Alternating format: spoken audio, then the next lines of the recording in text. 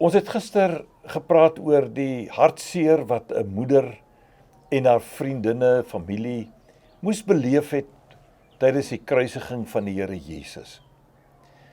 Wanneer ons dan by die begrafnis van die Here kom, dan beleef ons weer eens 'n besondere betrokkenheid van vroue by die begrafnis van die Here Jesus. Ons lees daarvan in Matteus 27 vers 61, Markus 15 vers 47 en Lukas 23 vers 55 tot 56. Daar was wel 2 mans betrokke, maar wanneer ons kyk na die rol van die vrou, dan besef ons dat hulle te midde van hulle hartseer, besef het hulle 'n verantwoordelikheid.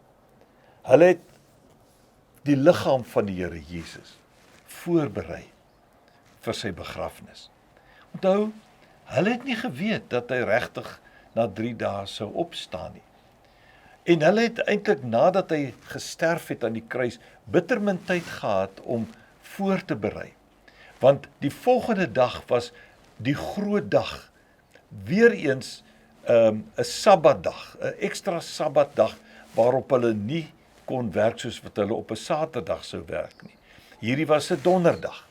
En hulle kon nie doen wat hulle alles wou doen nie, maar hulle het 'n tydelike voorbereiding gedoen van Jesus se liggaam sodat hy in die graf kon weggelê word.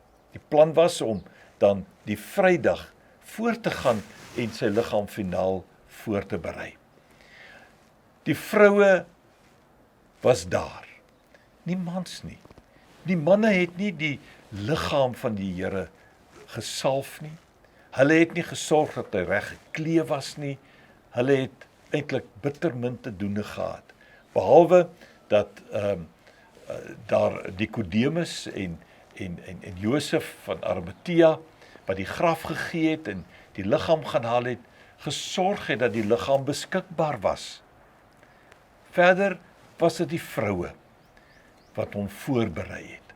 En ons het waardering vir hierdie taak. Want op die ou einde het die opstanding van die Here Jesus 'n pragtige, kragtige boodskap geword. Wat begin is by die voorbereiding van sy liggaam. En ek gaan môre meer daaroor sê. Mooi dag.